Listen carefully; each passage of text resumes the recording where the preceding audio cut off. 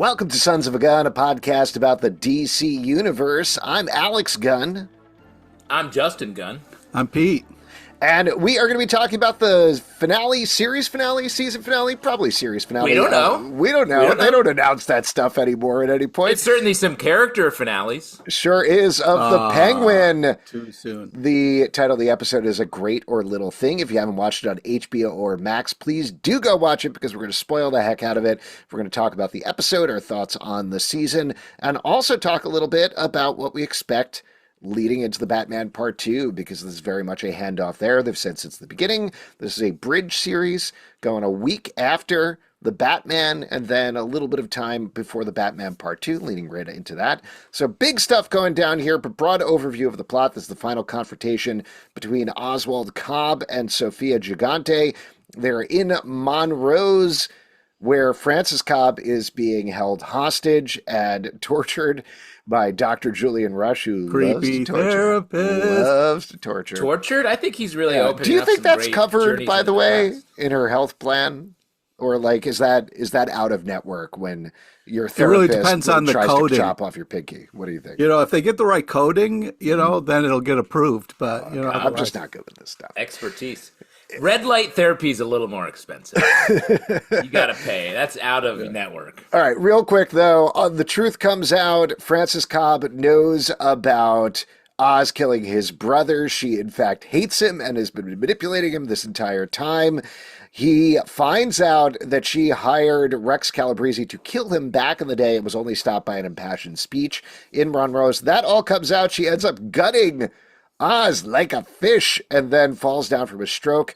Later on, we find out she's in a vegetative state, but he is not letting go of his mommy. He won't let go of it at all. And ultimately, thanks to some machinations from Vic, turns the tables on Sofia in a big way.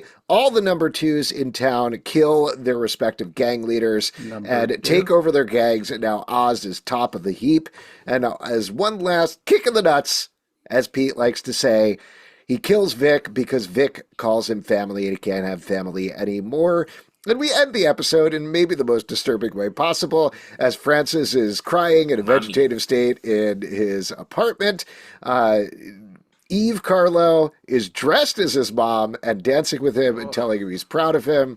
And then when he says, I'm on top of the world, nothing can stop me now, the camera pans, and we get the answer to the question Pete, at the very least, has been asking all season. Where's Batman? Where the fuck is Batman? There's Batman. Even the city doesn't know. They're like, hey, turn on the light. They're like, hey, Batman, a lot of shit go on. They just blew up a big chunk of the street. What's going on with you, man? You busy? Could you be a detective, like a Come on. medium one? Yeah. What are you, Batman, sleeping during the day? What's going on? Anyway, We got our two biggest connections to the larger Bat universe. The Bat Signal, and of course... This bothers you. This bothers you, right, Justin? What's that? The connections? Pen pals? We the got second thing was pen Selena pals? Kyle writes Sophia, who ends up back in Arkham, and is like, hey, we're half-sisters. We don't find out what's going on with the letter. It's not... It's just a show Are we jumping right to that? A show that did a great job. They are then like, but we got to do this thing. It just hit me. It reminded me of in the Joker sequel, I won't spoil it for you, Pete, since you are. I guess we can spoil it. You'll never see that. Yeah, I'll never see it. So go ahead. So at the end, and this is a spoiler for everyone who doesn't want to see this movie, which is most everyone, it turns out, based on the earnings. At the end, we learn that the Joaquin Phoenix Joker basically isn't even the real Joker. He sets up the continuity is lined up with the Nolan Joker. And it had that same sort of like, hey, we did a great job telling the story, and this is Penguin, but here's a little thing that we have to do. And it felt tacked on, and it pushes me out of the story unnecessarily. Well, I'm going to disagree a little bit, not completely, not 100%. The Bat Signal, I think 100% is earned there. It is a great moment. That's fair. It is a question we've been asking all along, and the point here of this whole series is the rise of Oswald Cobb to the head of Gotham crime. He's running everything. It has been an ongoing question of where's Batman, what's going on. He is now big enough that he's on Batman's radar. He is a problem that is going to have to be dealt with. And it is this last punch in the gut for the path he's been on where he's like, nothing can stop me, nothing stands in my way. There is something, and he doesn't know it's coming for him. So it's that last little twist of the knife of, oops, as big as you get, there's always going to be something bigger. Plus, it's just a great last shot to end on, I think. You love it. I loved it. You love it. I loved it. You love it. The Selena Kyle thing, I'll like 50% agree with you on. I do think there's a sense you could read it as what Sophia has been looking for the entire time is belonging and family, and she has not found that with any of the men in her life. All of them want to Writing control people her. in prison is a great way to get family. You know All what I of mean? them- It's a hold tried on, and hold on. true. All of them are men who have manipulated and controlled her across the board. She ends up in the exact same place she was stuck by her father, Carmine Falcone, with Dr. Julian Rush, once again, kind of arguably like in his power position of like, I get to take care of you, This Sophia. guy can Isn't that go great? anywhere. This guy's unstoppable. It's ridiculous. I mean, good for him getting hired back, to be honest with you. You know, that's I tough think to he do. actually took the civil service test, and he's a mailman for Arkham. Oh, probably. that makes sense. Yeah, Because he But- brings the mail. he does. He's the mail guy. What she finally gets here is an equal. She gets a sense of belonging. We don't know what's in the letter, but she has a sister, somebody who connects with her. I think there's an interpretation there. You're I think the reading thing you're into that responding letter, to- bro. I think what you're responding to is the fact that we've never heard the name Selena Kyle before the entire series, and it is something that will have to be followed going forward. But I do think there is a level of comfort there that ties up and gives some hope to Sophia, a character who is bad, but is not 100% bad and sociopathic like Oz.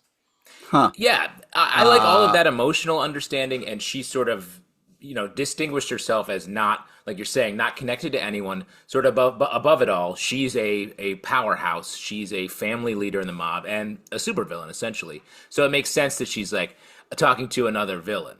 But if you're watching The Penguin and it's just like she got a letter from Selena Kyle, it's like, sick. I got a letter from National Grid. Like that's not. So I will tell you, Hey.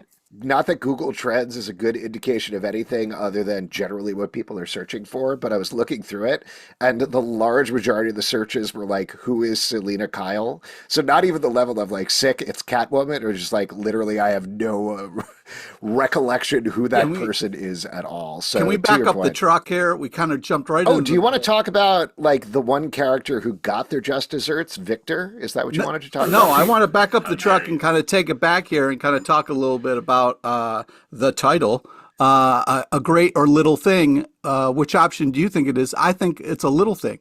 This wasn't that great Is it at a all. game show to you, Pete? Well, it proposes a question that I think we should answer. Great or little thing? I think it's a little thing because this made no sense to me in a lot of different areas. I think watching the recap, though, in the beginning, I was like, wow, this is an epic show. We've seen a lot of cool stuff happen. This has been very interesting and cool. But this episode made no sense to me because, like, okay, Penguin's rise to fame, cool, but why throw Sophia back into Arkham? Why not shoot her there? It's a better move. Letting her go somewhere and then grow in power again and then come at you later makes no sense. Like, you're going to choke out Vic on a bench, but you're going to put her back in Arkham? I can't make sense of what's happening. And then the, like, tell me you're proud, mommy, was just so gross. I was like, who's having fun? Do you know not what I want mean? to hear Like, you're proud from your mommy, Pete?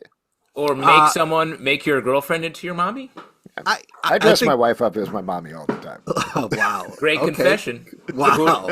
Great stuff. That's going to live out forever. Gonna clip that out? Gonna Yeah, clip that exactly. out. So the Sophia thing, just to give a plot reason for that, whether you disagree with it or not, but it ties into the whole thing that Oz is building up there with Councilman Haiti, I believe is his name, the guy that he's manipulating, that he sort of like snipped a little bit of his nose in the previous episode. in the middle. So the whole plan there is to throw the whole thing on Sophia, blame her for everything, and that's what he does. He needs her alive. He needs her in Arkham so that she can take the blame. She can take the fall for everything. Councilman Haiti can look like a hero who put the hangman back in jail for blowing up a good chunk of Gotham, which, mind you, she did, but a lot of the other things that they're blaming on her, she did not necessarily do. And that allows Oz to get this sense of legitimacy that he clearly wants, despite what he's actually doing in the background. All right. I mean, yeah, like that's why I think it works, and it's also the worst possible thing that could happen to Sophia. Is the other part of it? Like it's worse than death for her to be thrown back there. Yeah, it's a response, sort of the mirror image of what she was trying to do to him. Like she could have killed him at any time. Yeah. Yeah. Sorry, my dog. She could have killed him at any time, but she doesn't, and he did the same thing. He could have killed her, and he puts her in a worse place. Yeah. We always try to have a dog weigh in on the podcast wherever it's important. we can. It's important. They have good thoughts. Dogs don't like penguins. Have you ever taken a dog to the zoo? They're like, I can see this because it's black and white, but I don't like it. Plus, the dogs get mad because penguins are always dressed up trying to show them off. You know what I mean? They're like, yeah, take it down a notch. We're at the zoo. Dogs and penguins are mortal enemies and always have been. Yeah. By the way, nice to finally see Oz in a top hat and tails. That was a fun little thing at the end there when he comes home to his mommy and his other mommy. It was, yeah. I keep my mommy's at different floors. Here's okay. I thought this episode was great. I do think there were some wild twists and turns. It went crazy dark, so I understand it was not for everybody. But I thought starting from the beginning, not necessarily from the title beginning, but the first scene where we are getting Julian, you don't have to turn on the red light, Rush using his red light to hypnotize Francis. We got a very similar device to the Patti LuPone episode of Agatha All Along, where Deirdre O'Connell is playing the younger version of herself.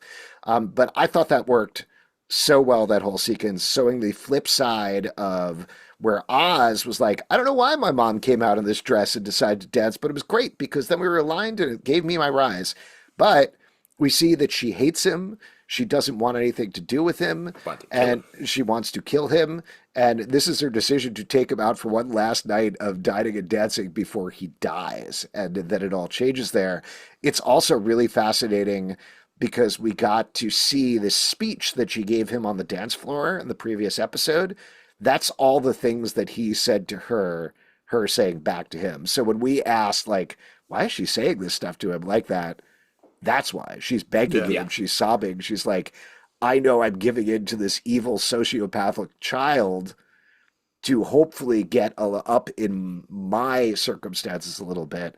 And I'm giving away my own soul to do this and everything that I care about. I mean, I did appreciate Sophia working so hard to get them to talk to each other and say, like, hey, I know what you did. You know what I did. I mean, so that was, a nice kind of family moment that Sophia kind of I don't know if I call it a nice family moment, but I thought it was a well done acting moment throughout from everybody, particularly all the stuff from Colin Farrell when he's like, the fact that you can see he knows that they all know because they're literally saying it out loud, but he still cannot bring himself to tell the truth, even when they're going to rip his mother to shreds. Well, they're cutting her fingers off, the old cigar cutter. Yeah. I mean, eventually it's going to be shreds. Tiny shreds. Pinky shreds. I just thought the whole sequence was so tense and so upsetting and incredibly done. Yeah, and I thought the little in the flashback when we see Sophia and Julian there, like that was really well done. It was shot really well across the board.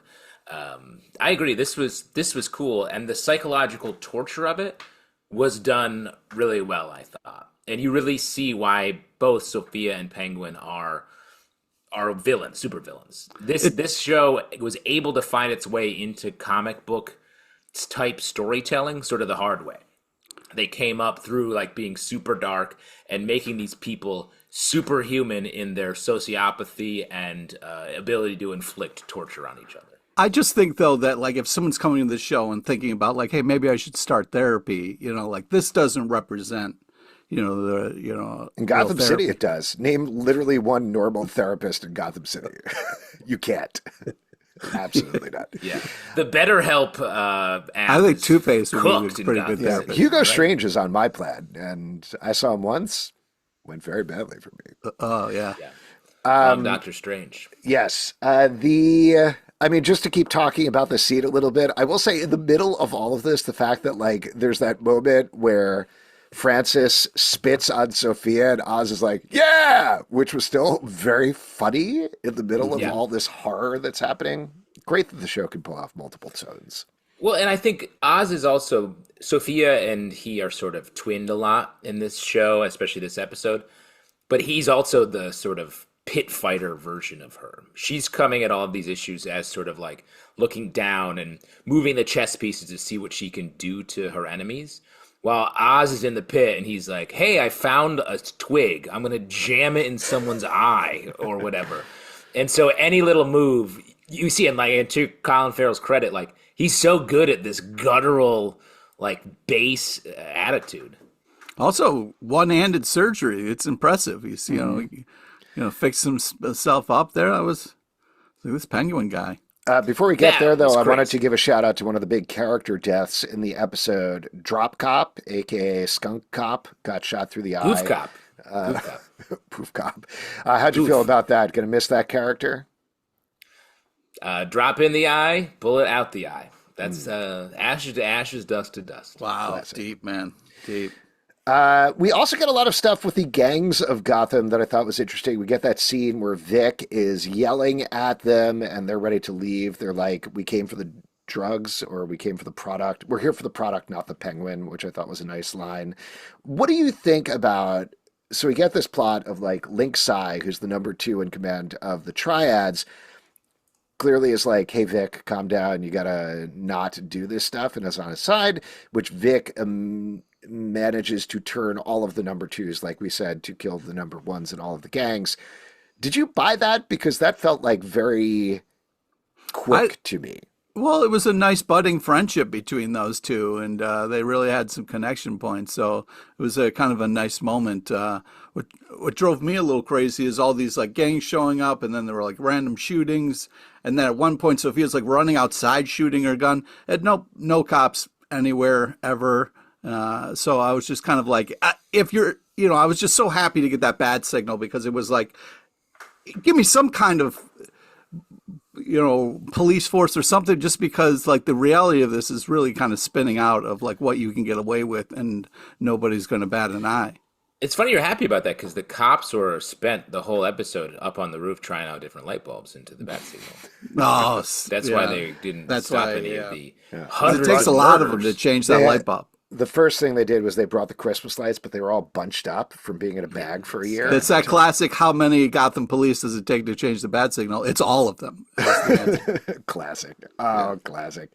The idea of a populist uprising, you think that's not believable to you, Alex? No, I don't know. It just happened quickly. Like, I was like, oh, when did Link Sai and Vic talk before, other than when he's punching him in the stomach? I'm not quite sure where he's like, put all my faith in this guy. That's all. Well, I will say, yeah, maybe, it was done in a very hasty montage, but I think the show's been telling us about this for, like, almost to a fault. Like, literally, Penguin's like, it's you and me, kid. We're going to throw everything off of us. Like, this is just an execution of that theme that Penguin says so much that it felt like this is a clue that Vic is definitely going to die. And does it to the point in this episode when I was like, oh, well, he didn't kill Vic. And then he did. Yeah. Well, we'll get there in a second. I do want to ask you don't another want to get there. thing that I thought was interesting was the whole scene after Vic convinces him that Vic convinces Oz that he gave people dignity. That's his true superpower, is getting the lights back on at Crown Point, which seems like a vast misunderstanding of who Oz actually is, as Vic finds out to his detriment by the end of the episode. But that's what convinces Oz to go to City Hall, talk to Haiti. What do you think his interest is? This is getting into a little bit of speculation, but what do you think his interest is with Mayor Bella-Real, who we get to see very briefly in this episode? That felt like pure setup for the movie, because I was like, oh, it was just like a long look at the end. We saw her name a couple times across the series, a number of times, but it feels like she's going to be more important in the upcoming sequel, I would think. if I were to take that out of it, and any correspondence from any member of the Kyle family, I would say it's Penguin looking and seeing his next target, which is politics. And he's like, Yep. he's conquered the crime mountain. Now maybe he runs for mayor. Yeah, that just the shots of him in the court room and the court scene, and I don't know if you want to make ties to like hinting at Court of Owls or whatever, but like just epic and felt so kind of like holy shit! Look at the Penguin at this this place he shouldn't be. It was I just think it was such a kind of cool kind of place to kind of put him, and it just felt so creepy and unsettling. Yeah, to the point you guys are making, I think the key shot there is that Penguin is down on the floor of City Hall when he's leaving, and he's looking up at Belleroyal on the balcony. So it's very much, yeah, he's always striving. And even though he says, like, on top of the heap, I'm obviously paraphrasing at the end of the episode, there's always somewhere bigger where he can go. I'm very interested to see, given we know where there's going to be a Mayor Kingpin storyline in Daredevil Born Again, if that's what they're going to aim for with Penguin. Or maybe they'll just do like a remake of the Danny DeVito scenes in Batman Returns. It'll be like dripping black glue while eating fish in the basement or something, you know? Yeah, he's Ooh, ready come to on. eat some goo. Yeah. Why don't we jump ahead, though, because I'm sure we want to spend some time and talk about this. After Oz turns the table on Sophia, he is, which I thought also was a really, really well done scene, the whole driving her out, taking her out, the way that was shot from her perspective, where Oz just sort of disappears from the scene, I thought was really, really well done. Even going back to when Sophia goes to the meetup and she thinks she has him, and she sees his little confident look on his face. Oh Yeah. my God. I was like, good. That was well done, because I think, suspected something was going to happen. She doesn't, and then she does, and then it happens. It was just a really satisfying progression of events. Yeah. Well, and shout out to Kristen Milioti, who all the life goes out of her as soon as that happens. Like, there's no fighting back. She's like, I'm done. I am Yeah. trapped again. I've lost. She doesn't try to get out of the back of the car when Oz is like, oh, here we are again. I'm driving you. I'm your driver. It's great, too. It's so good. All that stuff is great. But the next thing that happens is the scene where we cut to Oz sitting with Vic. It definitely feels like this is the most controversial moment in the episode. They sit, they talk about everything they did. Oz almost kind of confesses about killing his brothers before he pulls back, which I thought was interesting. And they're really just telling each other, like, great job, great job, great job, until Vic says, you're like family, you know. And you just get this sigh from Oz where he's like, ah. And the line as he's choking him to death is like, your family, it's your strength, makes you weak too. I can't have that no more. And then he dumps his body and says, I'm sorry, you're a good man, Vic. You've got a good heart. It wasn't for nothing. And Vic can't hear that because he's dead. It was for so. nothing. Yeah. And What then did you guys think about that? Did you like that moment, Pete? Pete, you It was loved awful, that, right? It was the worst. It was awful, and thank you for making us relive it again. But at least the fact that he then kind of mugged him, so he could get away with it was rather touching. Well, I thought that was a nice parallel as well, because in the first episode, we got the whole thing with him taking Victor's driver's license so that he couldn't leave and gave it back to him. Now he took it again and he threw it away. It's just not necessary anymore. So smart structuring. I liked it. He robbed him. It just shows how base he is. And as a ramp up to the scene where he has dressed Eve up like his mom, like, it shows just how far out of reality he is. But I will say, the killing of Vic I didn't like it from a story perspective. It felt a little like the logic doesn't make sense. He can't have family, yet he's still keeping his vegetative state mom in his house. Like, if that's the same liability he's worried about and he's killing Vic, that doesn't make sense. He's got Eve even closer to him. Like, he can take advantage of her and use her to connect with other for his crime business? Maybe. But that's what he did with Vic too. He uses Vic to pursue his ends. So I don't buy the idea of this. maybe if it was about a sort of a cycle with his brothers, if Vic said something that reminded him of that and he sort of like lost it, and that's what we're following, because what his brothers highlighted a weakness in him, and so he trapped them under the ground and they died. If that had happened, but just the saying the word family isn't enough of that weakness. To me, that doesn't harm his ego the way that the brothers did, and they paid with their lives. Here, it just doesn't track. So I don't disagree with you, but let me throw out some contrary notions, if you don't mind, to like work backwards and talk about the Eve and his mother of it all. They're not family, they are things that he owns right now. His mother is a living trophy in his room who maybe he's punishing by keeping trapped in her body. I mean, remember that one episode, 2 episodes back, she was like, Yeah. if this specific thing ever happens to me, you need to kill me. And he's like, got it, I'm on it, I'm going to do it.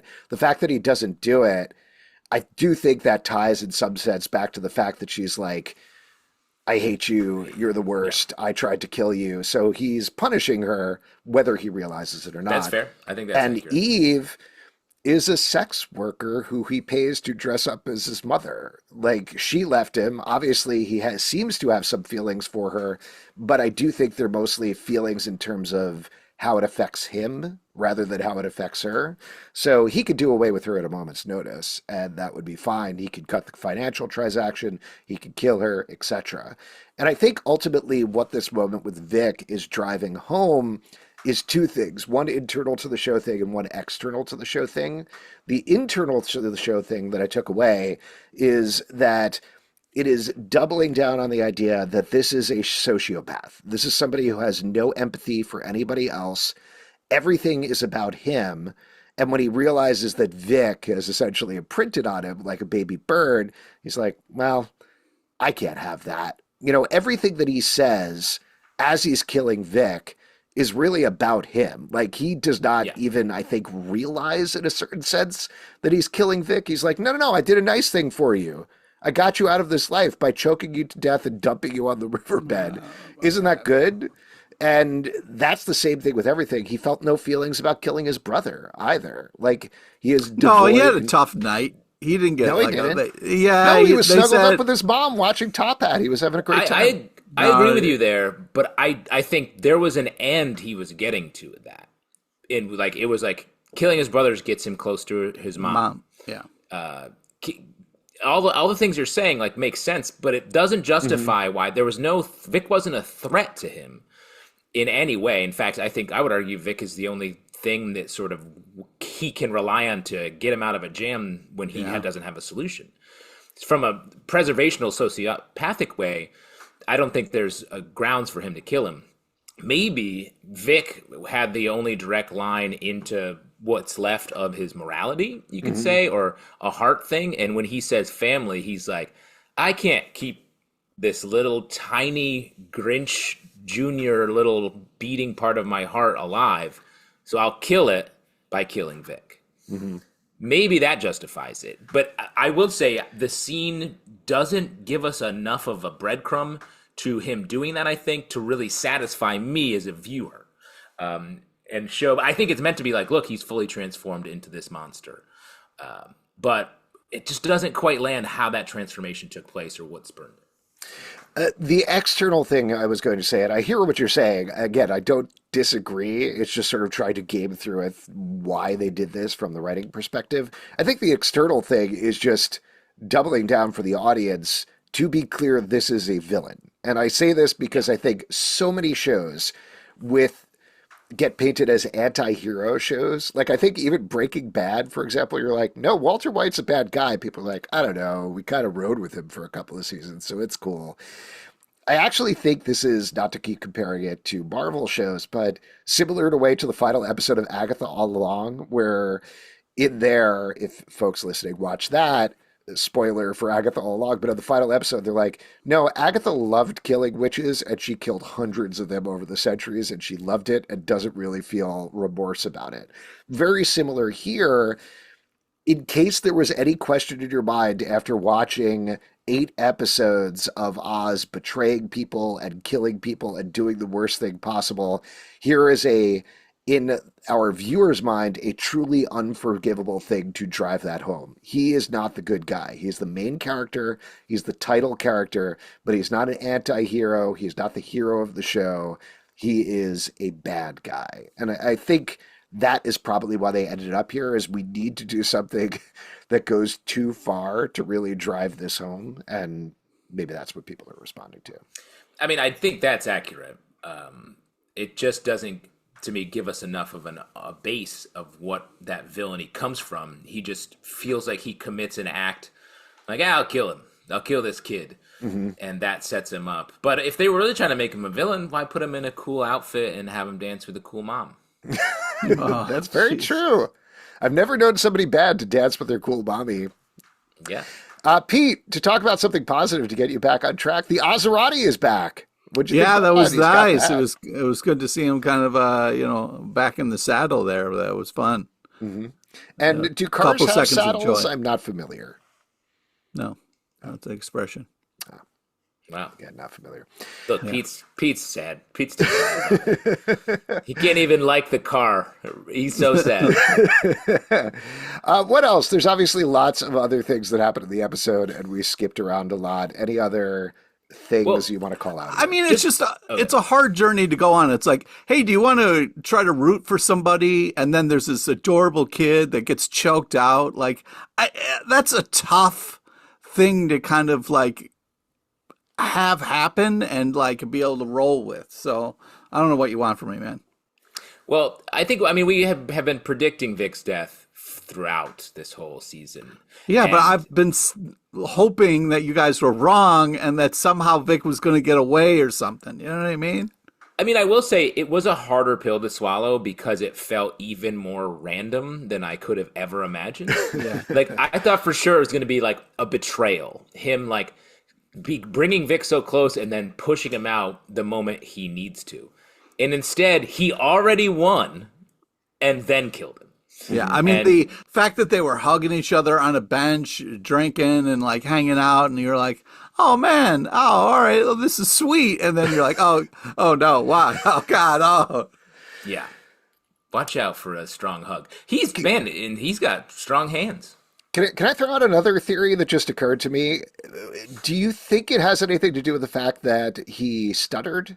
And I say this because this is the first time when he says the "your family" that he stutters in the episode. When he's yelling at the gangs earlier, there's like a little bit of a hitch, but he gets it all out clean. He's strong. He's powerful. He does the thing that Oz coached him to do when they went out to lunch before they walked in on, oh my God, what's his name? Johnny Vitti, hooking up with the wife, where he's like, no, you don't worry about it. You say what you're going to say.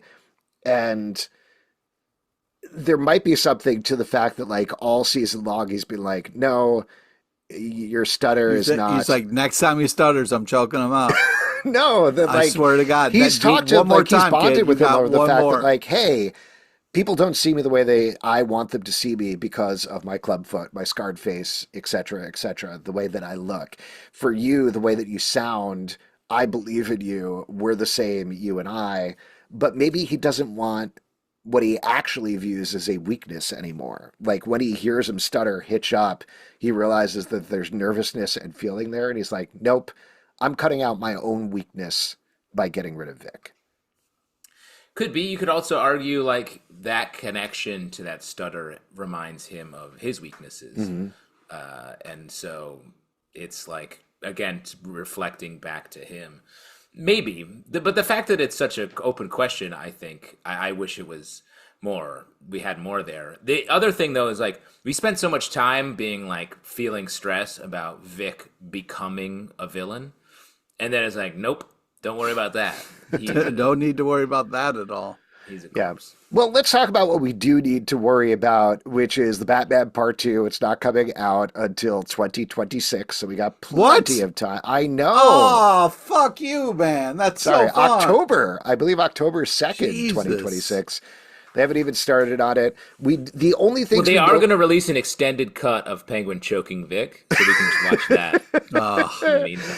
Yeah, it was absurdly easy for him to choke him, and he was talking the entire time. So I was like, He's not actually choking. You Yeah, know, you a can do little it. bit. All right, so let's talk about ideal scenarios in Batman 2. I'll start. It opens with Batman just tearing down the street. He slows his car down, rolls down the window, shoots Penguin, and then just rolls away. And then whatever the movie's going to be about can happen. But I Mhm. need Penguin to die first before I'm ready for Not anything going to else to happen. happen. Absolutely not going to happen. Ugh. Penguin is not going to die in that movie. If anything, I believe tentatively, if there's a Batman Part 3, it'd be I back to want that. Batman to choke out Penguin horribly on a bench. Well, so not to jump back, but I do think one of the things that was really satisfying about this season was effectively building Oswald up as a villain who you hate. But Yeah, when we get to the movie, I would suspect if you see the Penguin, you're going to feel exactly like Pete. You're going to be like, Batman, you come in there, you punch him so hard, every yeah, single one of his bones shatters simultaneously for what he did. But if you haven't seen the Penguin, you'll still be like, ooh, bad guy, bad crime boss, etc. yeah. You got to go from there. I'm hoping most of the movie is just about pen pals and writing people back and forth. You know what I Mhm. mean?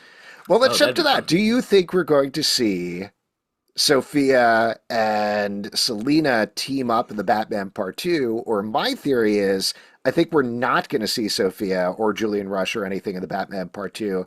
I think the next bridge series that they do is going to be a Catwoman series between Mhm. Batman Part 2 and Part 3. That's my theory.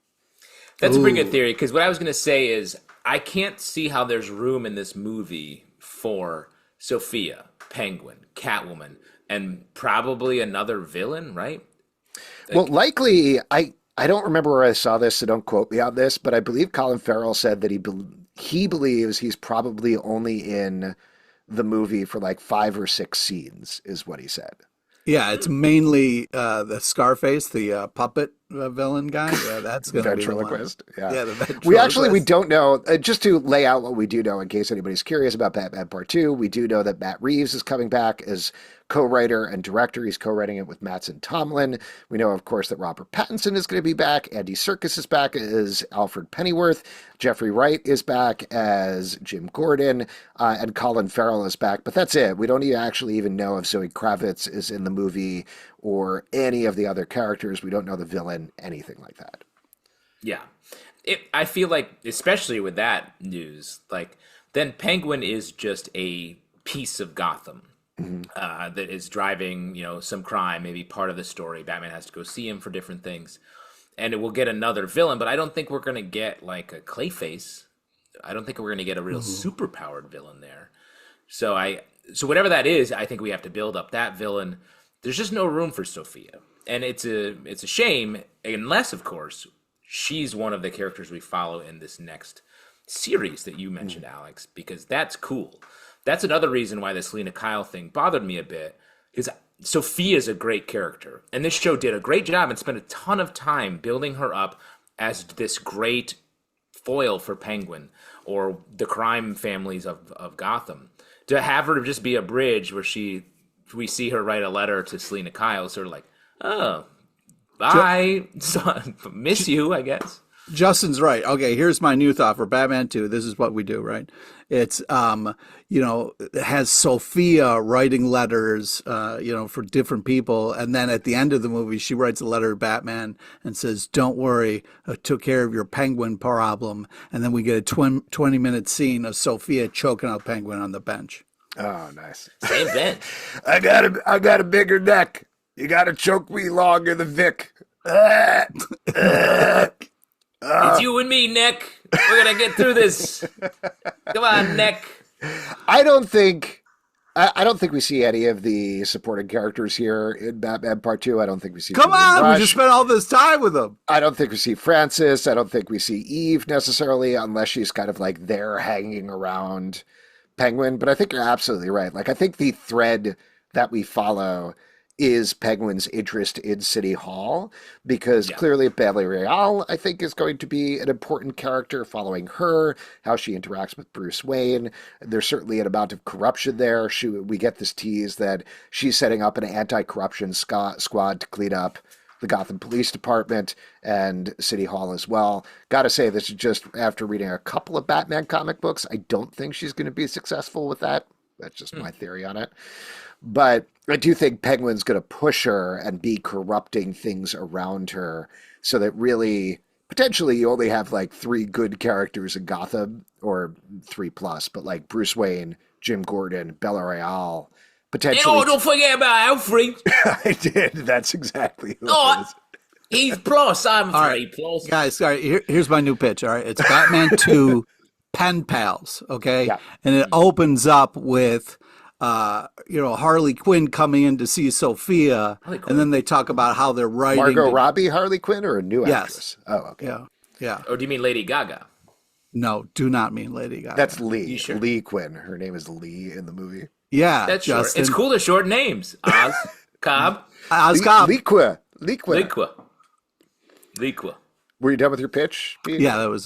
Just Harley Quinn comes in? Yeah, then they start writing letters and choking out their enemies on benches, and it's fun. Okay, nice. A couple things. Or it's Batman 2 bench choking, and it's just about a revenge thing about finally getting bench to choking. Yeah, You can't choke someone through a correspondence. Oh, yeah. Well, You've never read one of Pete's letters. yeah, exactly. They're very long. They go on Very about long. nothing. You wanted to say some other things about the episode, though, Justin. Yes, I mean you knew that that Oz's beer treaty wasn't going to hold when the gangs show up and Sophia's got gin. She's ready to upgrade from to some sweet Hendrix gin. She didn't share it, though. She was just doing shots and eating olives, which is, I guess, a more efficient way of making a martini. I don't know. Make it Yeah, who's got the time to shake it or stir it? Just pour it all in your mouth and. As I saw in the preview for this final episode, not only does she do double cigs, she does trip cigs. Trip cigs. Right before she goes down in her One celebratory for each burning room. down of the mansion. The double cigarette thing I thought was funny and weird and strange. Yeah. You mean the trip I cig? liked the idea of her burning down the Falcone house, specifically going to all of the different places that these men have traumatized her. I do have questions about the people that are still loyally working for her at that point, who are like, okay. Just watching her, yeah. And I know that's I part live of like here how part time, Gotham's... Sophia. What? Like this is where it's like the people who work in that giant mansion are like, I live in the back. You're burning down my home. Yeah. I clean the place, but I live here too. And I know, Maybe I Alfred's going to understand. hear through the Butler Underground about the. Yeah. Boy, Oh, your Butler's in we trouble. got The our Butler own signals. tunnels. The Butler signals in the sky. It's a little crumpet. It's What a is happening? We don't know if that was a bat signal. It could have been any signal. Yeah, to be- you really couldn't tell. Apologies to people overseas who are listening to this and going, these fucking American pieces. No, of there's shit." people listening overseas who are like, "Oi, they're doing me great." Oh, perfect accent, yeah. Nope, that is not happening. I'm sorry. Write us in. Let us know whether "oi" or Oi. "oi." Alfred Pennyworth. Any other final thoughts on this season of television before we wrap up the Penguin for now? Not rewatchable, I'll tell you that much. Wow. My name's Al Penn now. Huh? Sure. You see what I did? I mean, I like this series. I thought this was good, especially compared to a lot of what's called shoulder content or content that comes out on the to support a larger project, like the Batman movies. This I thought was just really successful. Carved out its own place. Was much darker than we thought. I'll give you, it's beautifully shot. You know what I mean? I mean, especially Alex was talking about the fires and her staring at the painting and the kind of looking at her father and all that. That was, I mean, there was just a lot of beautiful, powerful shots in this. Nice. And shots of gin that Sophia does. Yeah, a lot of ads for drinking and I smoking. thought this was really well done. I really like the series a lot. I'm very excited for the Batman Part 2, and I really do hope they hold to the thing they're saying, which is not using it as an opportunity to flesh out and grow the characters for the audience without making it dependent on having seen that thing to understand and appreciate the movie. Because they did such a good job of that in the first movie, even throwing you in the middle of Batman Year 2. So excited to see what happens next. And in terms of this podcast, what's happening next, we've got a little bit of a break and then 2 years off. No. Creature None of that. Commandos is coming out in December, which is the official kickoff of the DCU, the thing that we ostensibly started this podcast to talk about. It's finally coming. It's finally happening. So we'll be talking about that here for sure, as well as any other DC things happen in the meantime. And if you'd like to support this podcast and all the podcasts we do, patreon.com/comic book club. Also, we do a live show every Tuesday night at 7 p.m. to Facebook and YouTube. Come hang out. We would love to chat with you about the Penguin, except for Pete, who doesn't ever want to think about it ever again. Doesn't want to That's talk. right. Apple, Spotify, Android, or the app of your choice to subscribe, listen, and follow the show at Comic Book Live on Twitter/X, Comic Book Club Live on TikTok and Instagram, comicbookclublive.com for this podcast, many more. Until next time, Dad, looking forward to it all beginning. I love you, Daddy. Boy. I love you, Love Mommy. you, Daddy. I guess I'm meeting you on a park bench tonight. I can't wait to see what you got to show. Oh, no. Okay, time to start my red light therapy.